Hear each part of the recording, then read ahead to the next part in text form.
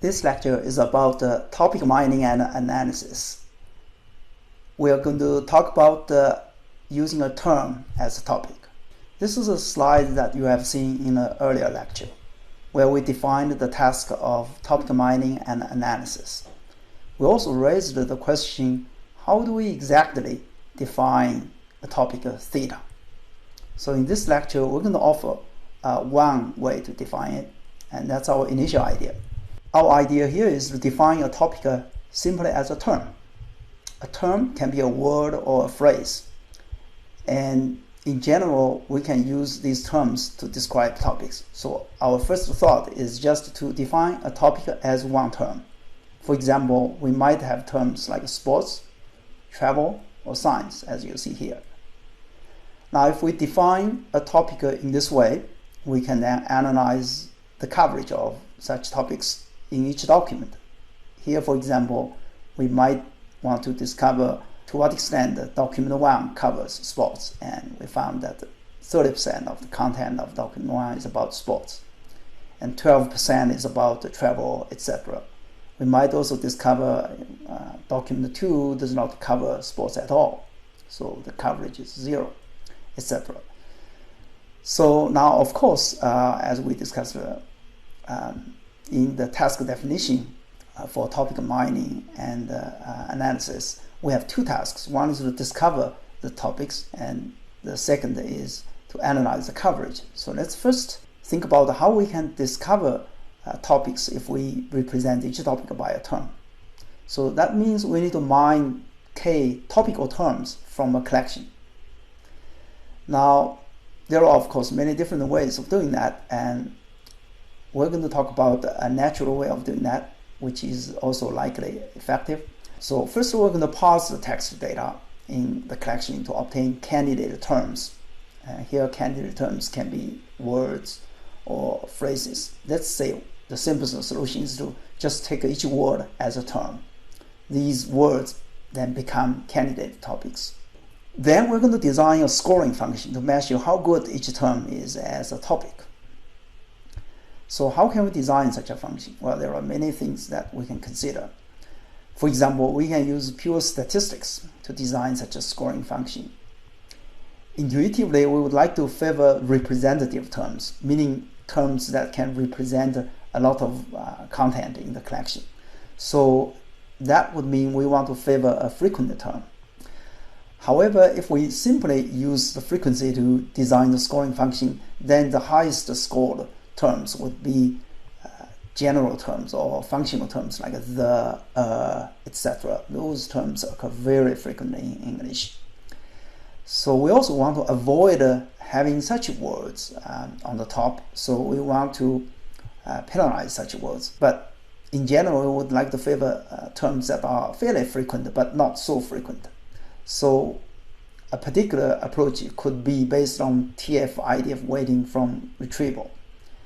And TF stands for term frequency, IDF stands for inverse document frequency.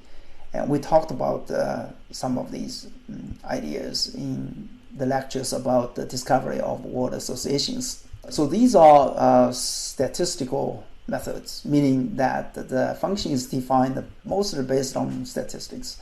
So the scoring function would be very general. It can be applied to any language, any text. But when we apply such an approach to a particular problem, we might also be able to leverage some domain-specific heuristics. For example, in news, we might favor title words. Actually, in general, we might want to favor title words because the authors tend to use the title to describe the topic of an article. If we're dealing with tweets, we could also favor hashtags, which are invented to denote topics.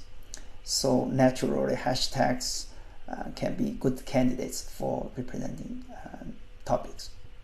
Anyway, after we have designed a scoring function, then we can discover the k topical terms by simply picking k terms with the highest scores. Now, of course, we might encounter a situation where the highest scored terms are all very similar. They are semantically similar or closely related or even synonyms. Right? So That's not desirable. So we also want to have coverage over all the content in the collection. So we would like to remove redundancy. And one way to do that is to do a greedy algorithm, which is sometimes called maximal marginal relevance ranking. Basically, the idea is to go down the list based on our scoring function and gradually take terms to collect the k topical terms. The first term, of course, will be picked. When we pick the next term, we're going to look at what terms have already been picked and try to avoid picking a term that's too similar. So while we are considering the ranking of a term in the list, we're also considering the redundancy of the candidate term with respect to the terms that we already picked. And with some thresholding, then we can get a balance of the redundancy removal and also high score of a term.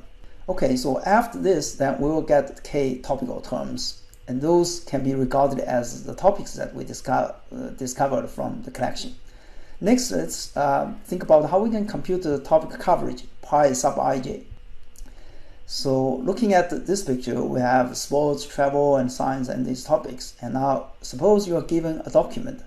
How should we figure out the coverage of each topic in the document? Well, one approach can be to simply count the occurrences of these terms. So for example, sports might have occurred 4 times in this document and travel occurred twice, etc. And then we can just normalize these counts as our estimate of the coverage probability for each topic. So in general, the formula would be to collect the counts of all the terms that represent the topics and then simply normalize them so that the coverage of each topic in the document would add to 1. And this forms a distribution over the topics for the document to characterize coverage of different topics in the document. Now, as always, when we think about the idea for solving a problem, we have to ask the question, how good is this one? Or is this the best way of solving the problem? So now let's examine this approach. In general, we have to do some empirical evaluation by using actual data sets and to see how well it works. Well, in this case, let's take a look at a simple example here. And we have a text document that's about the NBA basketball game. So in terms of the content, it's about the sports. But if we simply count these words that represent our topics, and we'll find that the word sports actually did not occur in the article, even though the content is about the sports. So the count of sports is 0. That means the coverage of sports will be estimated as 0.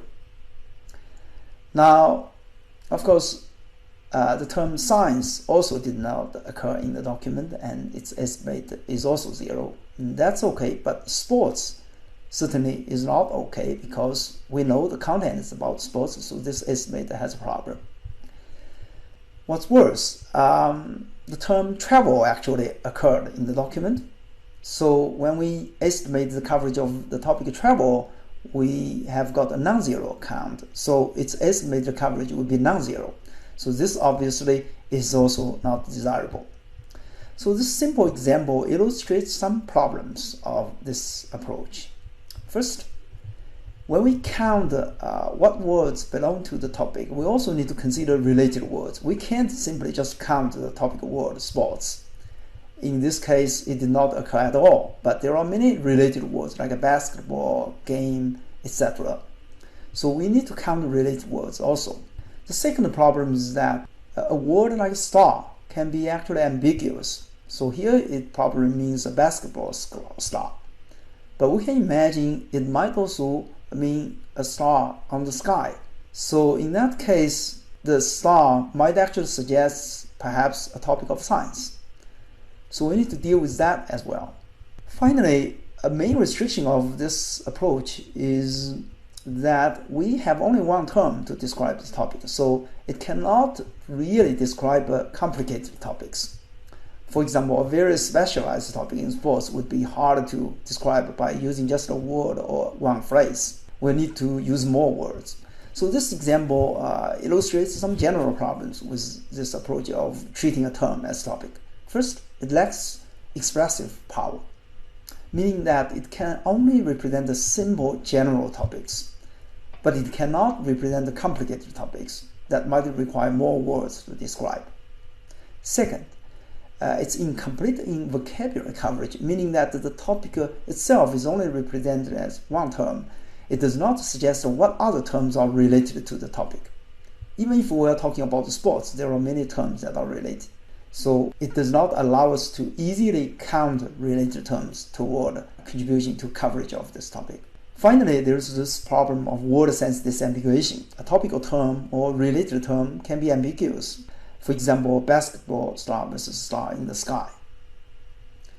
So in the next lecture, we're going to talk about how to solve the problem with probabilistic modeling of a topic.